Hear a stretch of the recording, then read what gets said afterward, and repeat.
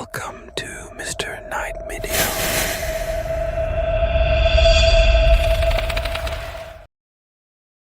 In the fall of 1995, in a small, tightly knit community on the outskirts of Boston, the story of a mysterious tenant's disappearance would shake the residents of one of the city's most historic neighborhoods to their core. The building at 22 Collins Street was an old Victorian mansion, converted into apartments during the 1960s. It had weathered decades of life, seeing families come and go, but in the years leading up to 1995, it had fallen into disrepair, earning it a reputation as a place best avoided after dark. Though the building was run down, its charm attracted a variety of tenants. People who couldn't afford to live elsewhere, students, and the occasional artist found refuge in its creaking walls. But it wasn't until a mysterious woman moved into apartment 3B that the building's strange history began to take a sinister turn. In late October, just as the cold New England winds began to bite, a woman named Eleanor Ross moved into the building. She was a woman in her mid-30s, quiet and reclusive, rarely engaging with the other tenants. No one knew where she came from or why she chose to live in such a dilapidated place. The landlord, Mr. Jefferson, was just happy to have another room rented out, given the building's declining reputation. Eleanor didn't bring much with her. The day she moved in, she arrived with only a few suitcases and a box of books. The neighbors who saw her described her as reserved but polite, keeping mostly to herself. In the following weeks, the only time Eleanor was ever seen was when she would step out briefly, always around dusk, to get groceries from the small market down the street. She never spoke much, offering only a nod or a faint smile to anyone who greeted her. Then, after about a month, Eleanor vanished. On November 18, 1995, the tenants in the building noticed something strange. Eleanor hadn't been seen in over a week. This was unusual because despite her reclusive nature, she would at least leave her apartment every few days. But now, her groceries hadn't been picked up, and no one had heard a sound from apartment 3B. At first, no one thought much of it.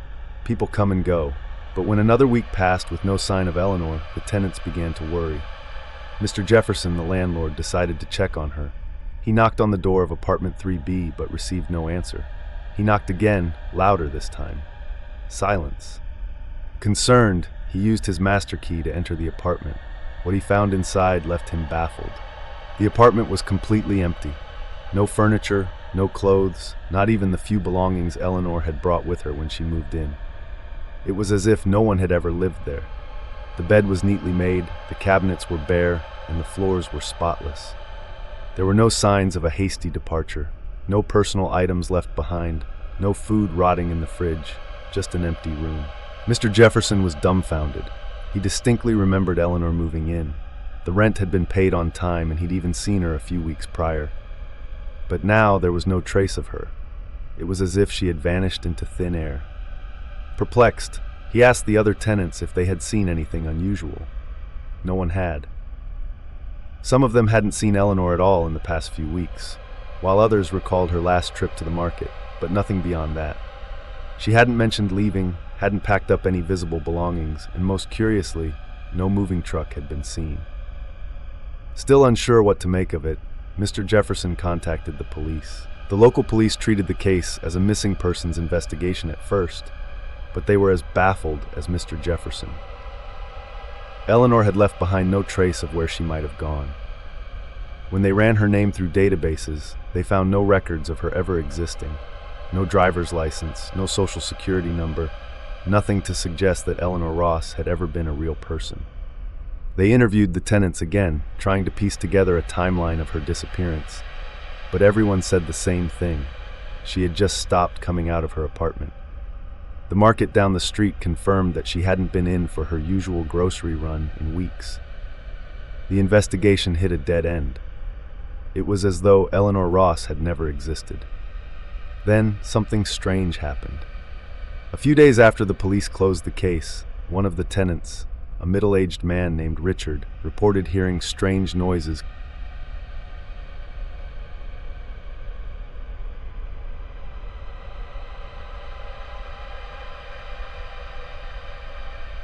Richard claimed that late one evening he heard a voice calling his name.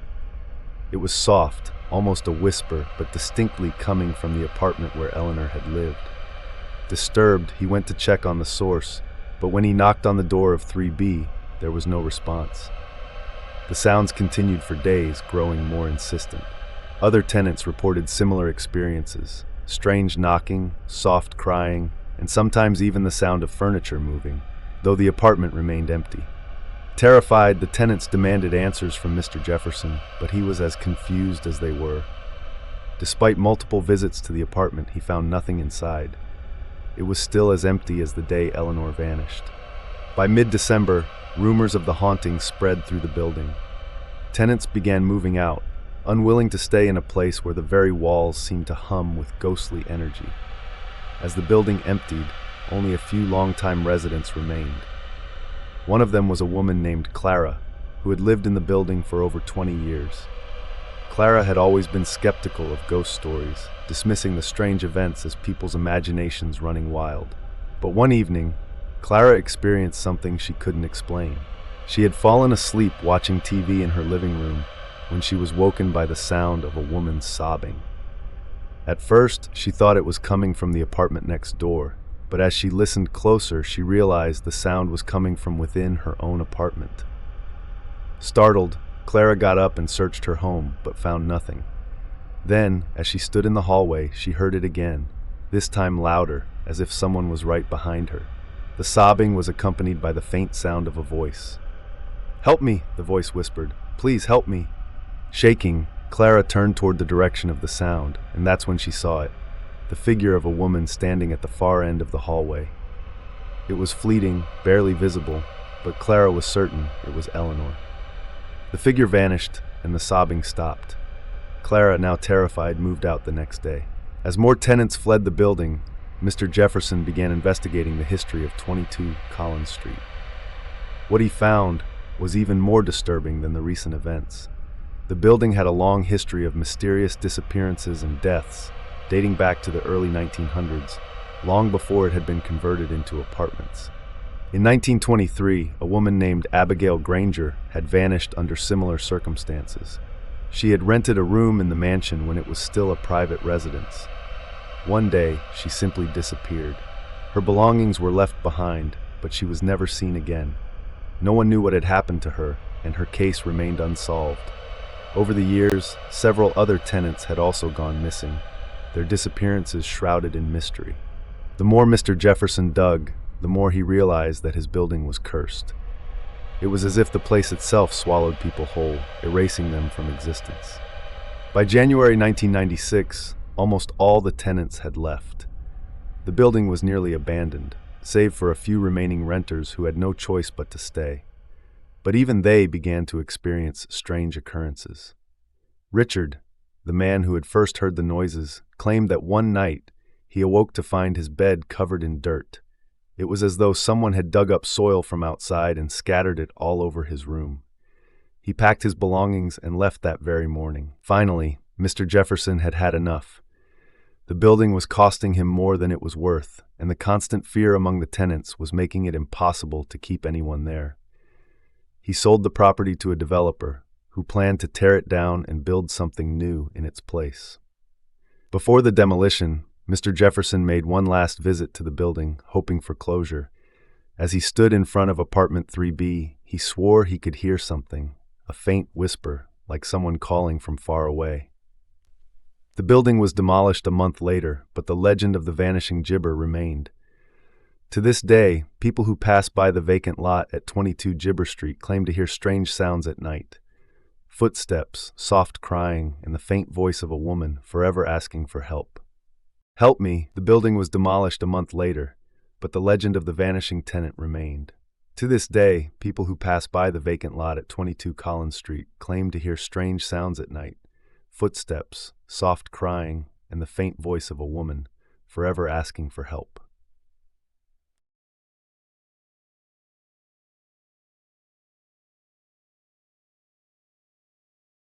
A woman moved into a small apartment building in the city, eager to start a new chapter of her life. The apartment was cozy, and her neighbors seemed friendly enough. However, soon after moving in, she began to notice the faint sound of a baby crying late at night. At first, she dismissed it, assuming her next-door neighbors had a young child. The crying was sporadic but consistent, always starting around midnight and lasting for hours. After a few nights, the crying became louder and more persistent, making it difficult for her to sleep. Concerned, she decided to check in on her neighbors to make sure everything was okay. She knocked on the door one evening, and an elderly couple answered. They seemed surprised by her question when she asked if they had a child. The husband chuckled, saying they had lived there for over 30 years and never had any children. Confused, the woman apologized and went back to her apartment. The crying continued that night, even louder than before. It was so clear that she could hear it echoing through the walls. She tried to ignore it, but sleep was impossible. A week passed, and the crying grew more intense, filling her with an unshakable sense of unease. She spoke to other tenants, but no one seemed to hear it. It was as if she was the only one haunted by the wailing sound. Desperate for answers, she reached out to the building's maintenance team, who shrugged off her concerns, saying that the old building had strange acoustics and sounds sometimes carried from other parts of the block. One night, unable to take it anymore, she got up in the middle of the night to follow the sound. She pressed her ear against the wall, pinpointing the exact spot where the crying seemed to come from. It wasn't from the apartment next door, as she had thought. It was coming from the walls themselves. Terrified, she packed her things and moved out as quickly as she could. Years later, she learned from a former resident that a family had once lived in her old apartment many decades ago. Tragically, their infant had died of sudden illness, and soon after, the family moved away. The apartment had remained empty for years before the elderly couple moved in. No one else has ever reported hearing the cries of the baby. After moving out, the woman tried to put the experience behind her, convincing herself that it was just the stress of living alone in a new place, or perhaps her imagination. But something about the crying baby haunted her. She couldn't shake the feeling that whatever was happening in that apartment wasn't finished with her. A few weeks later, she began to hear strange noises in her new apartment, soft, barely perceptible at first. At night, when everything was quiet, she would hear faint echoes of what sounded like the crying baby again. It was impossible, she thought, since she had moved far away, but the sound was unmistakable. The cries would begin softly and gradually grow louder, just as they had in the old apartment. One evening, as the cries intensified, she decided to investigate. She grabbed her phone, determined to record the noise this time. As she walked toward the source of the sound, she noticed something chilling. Cold spots, patches of freezing air, began to form throughout the apartment. Her breath became visible, even though it was the middle of summer. She reached the living room, where the crying seemed the loudest. Her phone began malfunctioning, the screen flickering and the battery draining rapidly. Panicking, she reached for the light switch, but as she flipped it, the power went out, plunging the room into darkness. The cries, now deafening, seemed to come from all around her. Then, as suddenly as they began, they stopped. The silence that followed was suffocating. Her heart raced as she fumbled to find her phone, its screen flickering back to life for a moment. In the faint light, she caught a glimpse of something in the corner of the room. A small, shadowy figure standing still. It was the size of a child. Frozen in terror, she blinked, and the figure vanished. The crying never returned after that night, but the woman couldn't shake the feeling that something had followed her from the old apartment. She moved again shortly after, this time to a house far away from the city. Although she never heard the baby's cries again, she occasionally felt the cold patches and heard faint, strange noises in the middle of the night. No matter how far she went, she always felt watched, as if the presence that once haunted her apartment never truly let go. Ida Bangla Koridao. In the fall of 1986, the Williams family, husband and wife, Thomas and Linda, along with their teenage daughter Emma, moved into what they believed to be their dream home. The old Victorian house stood on the outskirts of a quiet Massachusetts town, with its charming architecture and ample space, seeming like the perfect place to start anew. They had always dreamed of escaping the city. and this home seemed to offer the peace and tranquility they craved. However, from the moment they moved in, small, unexplainable events began to disturb their peace. It started innocently enough. Objects like keys and books would go missing, only to reappear in completely unexpected places, like the kitchen cupboard or beneath the sofa. The family shrugged it off, attributing these incidents to the chaos of moving into a new place. But soon the peculiarities grew harder to dismiss. At night, the house seemed to come alive. There were creaks and groans in the walls, as if the old wood was shifting. Sometimes there were faint whispers of something more, but the sounds were too soft to be fully understood. The wind, they assumed. An old house settling, Linda told herself. But it wasn't long before these strange occurrences began to escalate. Emma, in particular, became uneasy. The noises seemed to concentrate around her room. She would hear faint tapping in the walls at first, so light that she wondered if she was imagining it. Then one night, as she lay in bed reading, she distinctly heard scratching noises, as if something or someone was inside the walls trying to claw its way out. She froze, listening as the sounds grew louder, and then they stopped. The next morning, Emma told her parents, but they brushed it off. "It's an old house," her father said, "probably just rodents in the walls." But Emma was unconvinced. A few nights later, the situation became more terrifying. Emma was home alone, studying in her room. Her parents had gone out for dinner, leaving her with the house to herself. She sat at her desk, listening to music on low volume, when she heard something faint beneath the sound. She turned off the music to listen more closely.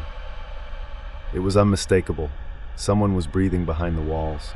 Emma's heart pounded as the breathing grew louder, coming from the direction of her closet. She stood up, paralyzed by fear, her eyes locked on the wall. The breathing was steady and deep, as if whoever, or whatever, was behind the wall was standing just inches away from her. In a panic, Emma grabbed her phone and ran out of the house, dialing 911 as she fled to the driveway.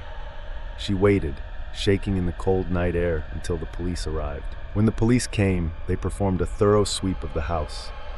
The officers inspected every corner, looking for signs of a break-in, but found nothing unusual at first. They assured Emma that it was likely her imagination, a mix of being alone in a big old house and the natural noises the structure made. However, Emma was adamant that the sounds she had heard were real. One officer, noticing Emma's distress, decided to check the walls. He tapped along them, knocking to listen for hollow spaces. When he reached the wall in her bedroom closet, he paused. It sounded different. The officer called for backup, and after some effort, they managed to pull part of the wall away. Behind it, they discovered a small, hidden crawl space. What they found inside made their blood run cold. Crouched in the crawl space was a disheveled man, dirty and gaunt, his wild eyes glaring back at them. He had been living there undetected for months. The crawl space was filled with makeshift bedding and personal items, old food wrappers, stolen trinkets, and notebooks filled with unsettling writings. The man had been watching the family for months, sneaking through the walls and observing their every move. Holes had been drilled in strategic places, allowing him to spy on them without being noticed. He knew their routines, their conversations, and their secrets. He had even been moving their belongings around, enjoying the confusion and fear he sowed. The man was arrested, but the horror for the Williams family did not end there. The psychological scars left by the discovery ran deep. Emma, in particular, was haunted by the thought that the stalker had been so close to her for so long. Every night, as she lay in bed, she wondered if he had been watching her, listening to her breathing, waiting for the right moment to do something worse. The Williams family moved out of the house shortly after the incident. They couldn't bear to stay, knowing what had transpired. Despite renovations and repairs, the house's sinister reputation lingered, and it remained vacant for years, with local residents whispering about the stalker in the walls. As for the man, his identity remained a mystery. He had no ties to the family, no motive that anyone could determine. He was simply a drifter who had found a way to live inside their home without being detected. The idea that someone could be living right under your nose, watching, listening, waiting, is a fear that continues to haunt the Williams family to this day. And for those who hear strange noises at night, the story serves as a chilling reminder. Sometimes it's not just the house settling,